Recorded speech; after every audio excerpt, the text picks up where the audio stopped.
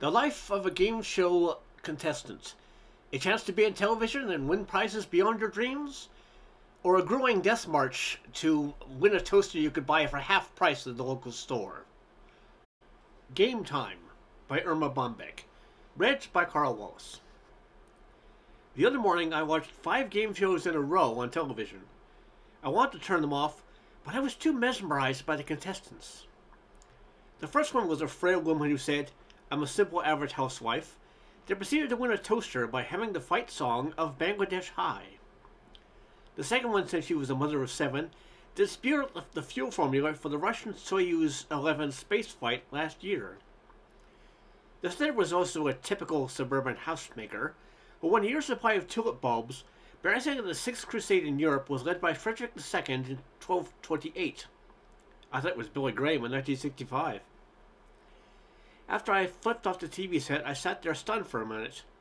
Not only could I not remember what I had for breakfast 3 hours before, but I realized that mentally I had let myself go to pot. My vocabulary had dwindled to 3 Buckley-type words.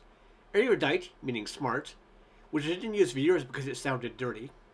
Deciduous, to lose one leaves, which I read off a tree at the garden center. And noxious, which I overheard my 10-year-old use to describe my casserole. I think it means you can't get it without a prescription. At Card Club, I broached the subject. "How in the world do those women on game shows do it?"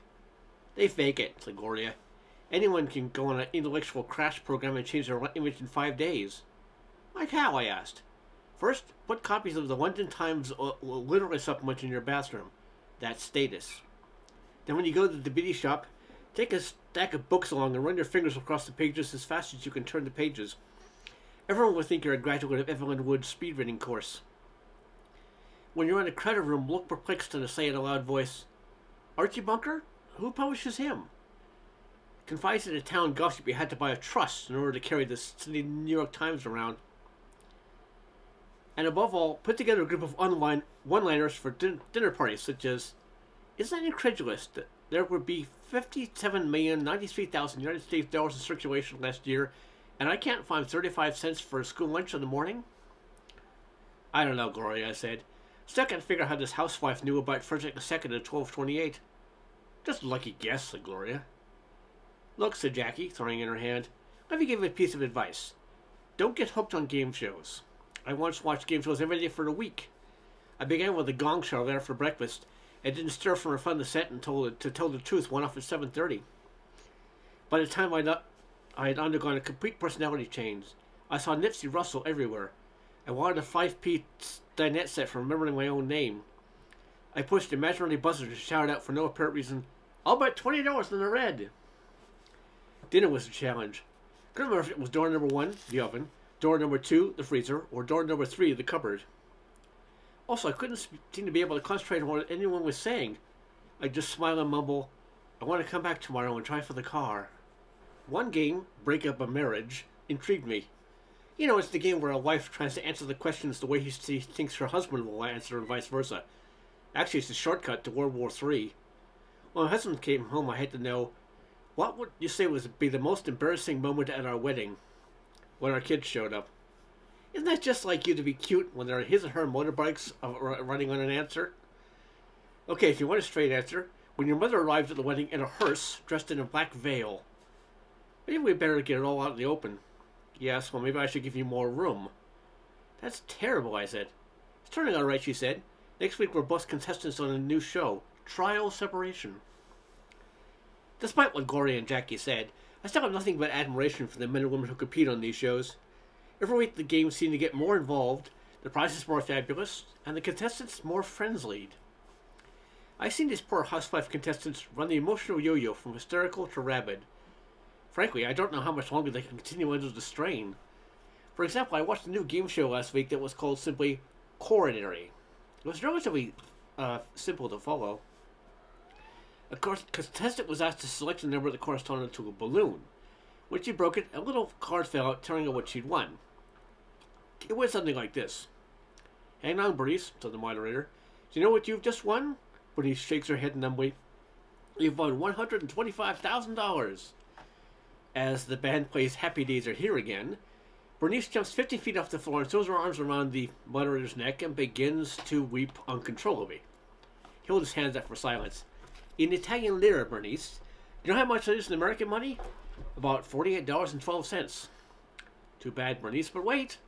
You're going to pick up the lira in an Italian bank. You've won 3 weeks in Rome. Bernice clutches her chest and sways dizzily as the band starts up again. She grabs the moderator's sleeve. That's from New York, he grins. Bernice slumps again, wishfully grained. But wait, what would you be wearing to New York? The curtain opens to reveal a $4,000 mink coat.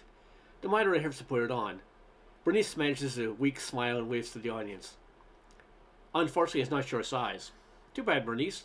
Had it fit you, you would have walked out here in a $4,000 mink coat with a specific account for $100,000 in the pocket.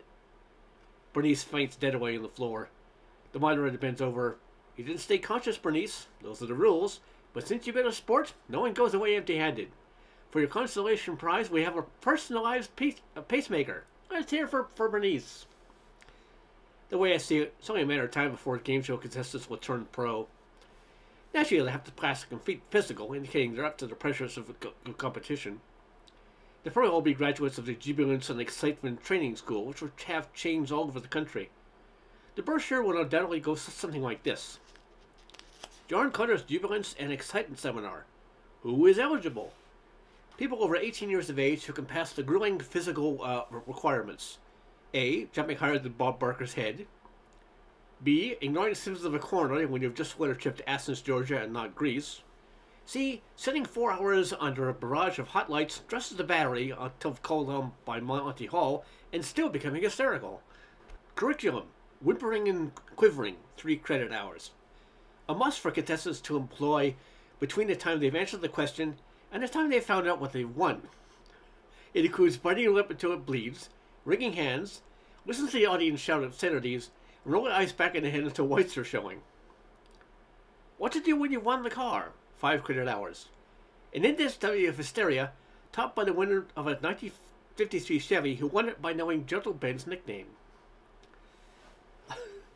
Hugging and kissing TV game shows need not be fatal. 3 credit hours. Pressure points around the throat, cutting off breathing with your body, and lifting hose off the floor are outlined. What to do when the chest pains come? Know which shows have oxygen and which was expected to be a sport about a coronary. Remember, there was no jubilance and excitement in passing out. Look like a loser to the IRS. Handy tips on how to stagger by the IRS man carrying a bag of gold and still hang on to your citizenship. Remember, game shows can hurt you. Be a pro. What a shame. It'll be too late for Bernice. The end.